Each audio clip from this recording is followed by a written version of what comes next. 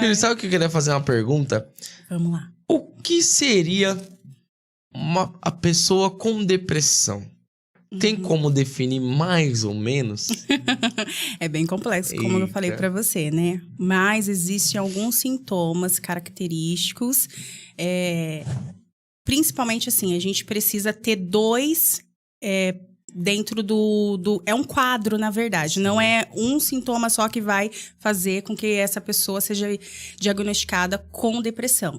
Então, assim, dois especificamente precisam estar sempre presentes. Que é a falta de energia ali, né? O humor deprimido, né? E a perda de interesse e prazer, né? E daí, prazer na vida, interesse em atividades que antes eram agradáveis, por exemplo, e de repente se torna um fardo. Por exemplo, às vezes, dentro de uma depressão mais moderada a grave, né? Uhum. A pessoa, para se vestir, isso já é um desgaste para ela. Demanda muita energia, porque os seus músculos é como se tivesse ferro, sabe? É muito pesado. Sair da cama é muito pesado. Então, tem, por exemplo, a insônia, né? E daí, tanto a insônia no começo, né? Ele pode ser um sintoma, ele também é um sintoma, né? A insônia no começo ali, quando você não consegue dormir, você fica rodando ali, girando, né? Fica no celular, liga a televisão e não vem o sono, né? Ou aquela que é intermediária, né? Que vem ali, você consegue dormir, mas você acorda, tipo, você é pra acordar 7 horas da manhã, mas de repente 3 horas, 5 horas da manhã você tá acordando. Nossa. Né? Fora isso, também pode ter a hipersonia, que é o quê? É aquele sono que a pessoa dorme, é excessivo, um sono excessivo, né? Só que não traz o descanso real. Né? Não a pessoa passa o sono, não né? passa o cansaço, Jean. A pessoa dorme 10, 12 horas, mas ainda assim ela vai acordar e aí vai estar cansada. Nossa. Né? Então, assim, tem a fadiga que a pessoa sente também, a energia, como eu falei.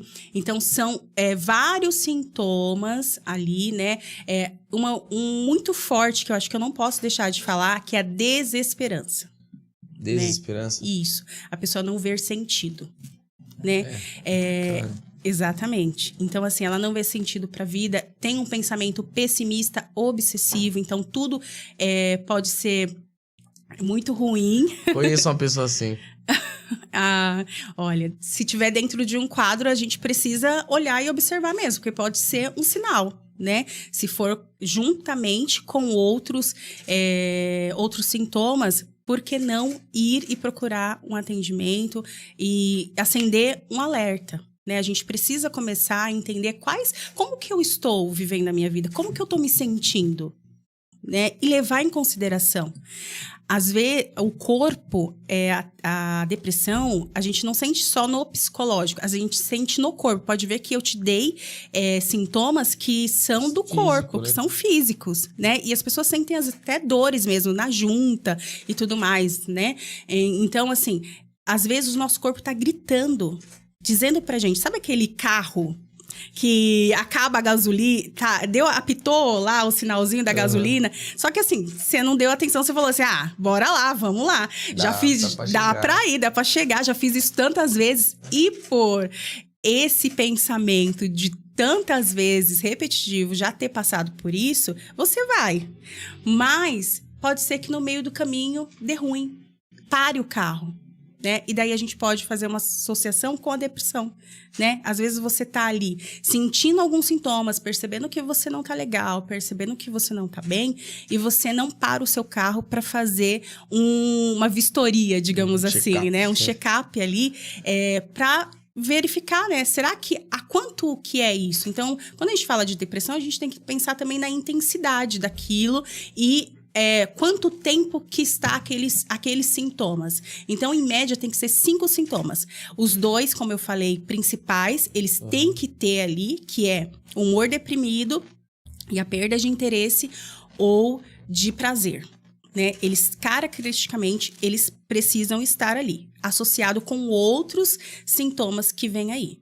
Né? E daí, a gente tem um quadro depressiva, a gente precisa avaliar tudo ali, né? Não é... Também não vou colocar ferro e fogo, não estou falando isso, mas estou ticando para vocês aí de casa, para se perceber, para se olhar, né? Eu acho que é importante. A gente vê que, assim, houve um aumento muito considerável durante a pandemia de ansiedade, depressão, de uma série de questões, mas não é porque só foi por conta da pandemia. Já existia antes alguma condição, alguma questão, porém eu nunca parei e olhei. Porque existe muito preconceitos e tabus. E que me impedem, às vezes, de olhar para a minha saúde mental de maneira mais assertiva, de cuidar de mim. Da própria pessoa, né? Como você falou, né?